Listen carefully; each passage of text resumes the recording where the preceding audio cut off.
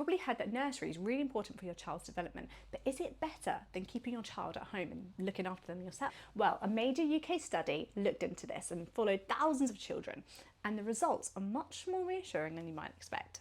Welcome back, I'm Joanna, I'm a mum of 2 and I've taken a little bit of break from YouTube, but I'm back and I want to make a little mini series about 3 to 5 minutes long covering some scientific and research academic papers and just summing them up in a really digestible way so that you can be the best evidence-based parent that you can be and we can learn together, because trust me, I'm not the perfect parent, but I want to be better. One of the most well-known studies on this is the effective provision of preschool education.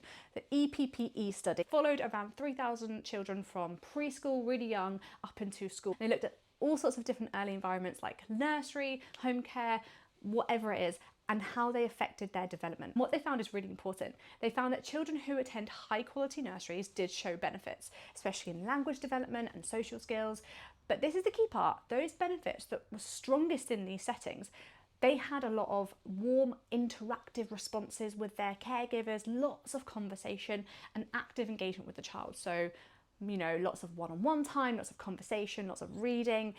So it wasn't the nursery itself that made the difference, it was the quality of the interaction that was happening there. This is what's often left out of conversations. The study also followed what happens at home, and what happens at home has a massive impact.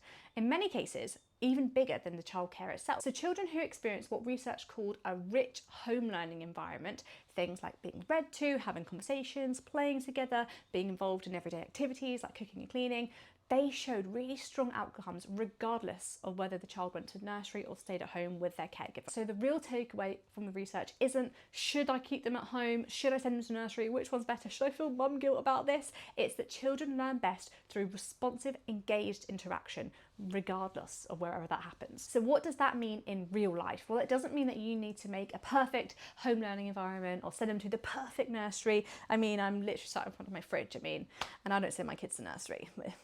We get by. It can be really simple, like talking to them while you're making dinner, explaining what you're doing, having one-on-one book time with a child, letting them help with everyday tasks like the cooking, the cleaning, responding when they point something out. What is it that you saw? Can you tell me about it? These sorts of small back and forth interactions are exactly what this research is pointing to. If you are sending your child to nursery or different sorts of childcare, this research is still really positive for you too. High quality nurseries can make a difference, but what you do at home is massively important. These moments of connection, conversations, and being present when you are together, when you finish work, this is what contributes to a rich home learning environment. When it comes down to learning an environment and finding the right place for your child and feeling guilty about making the right choice, what really matters is that, according to the biggest UK study on this, is that it's the quality of the interaction that they receive at their childcare and also what you can do as a parent at home, and that can happen in all sorts of different ways. If you like this video, please give me a thumbs up. I'm going to be covering anything from food, diet, exercise, birth, pregnancy, parenting, how to handle toddlers, potty training, and trust me, I'm finding potty training hard, okay?